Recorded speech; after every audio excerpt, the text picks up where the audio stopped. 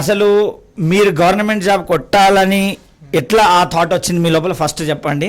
దాని తర్వాత మీ ప్రిపరేషన్ ఏ విధంగా స్టార్ట్ అయింది, ఇటువంటి విషయాల్ని కొంచెం మా ఆస్పిరెంట్స్కి షేర్ చేయండి.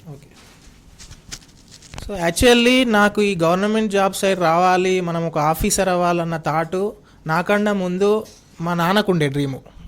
సో మా ఫాదర్ ఆ రోజులలోనే డిగ్రీ చేసి ఇటు సైడు గవర్నమెంట్ జాబ్ కొట్టాలన్న దానికి చాలా ప్రయత్నం చేశారు. బట్ అన్ఫార్చునేట్లీ అది కుదరలేదు. బట్ మా ఫాదర్ డ్రీమ్ ఏంటంటే అది నా రూపంలో చూడాలనుకున్నారు. సో అది నాకు చాలా బర్నింగ్ డిజైర్ అయిపోయింది ఇంకా. సో మనం వాళ్ళకి అంతకన్నా ఇచ్చే గిఫ్ట్ లేదని అనిపించింది.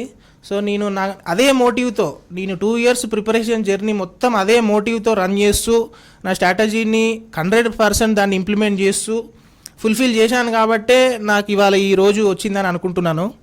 సో అది నాకు మెయిన్ మోటివ్. సో మీకు కూడా ప్రతి ఒక్కరికి ఫస్ట్ ఒక మోటివ్ ఉండాలి.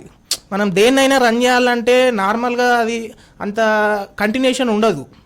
సో అది ఒక డెడికేషన్ కానీ ఆ యొక్క డిటర్మినేషన్ ఉంటేనే ఆ మోటివ్ అనేది ఫుల్ఫిల్గా రన్ అవుతుంది. సో నాకు అక్కడ స్టార్ట్ అయింది బేస్.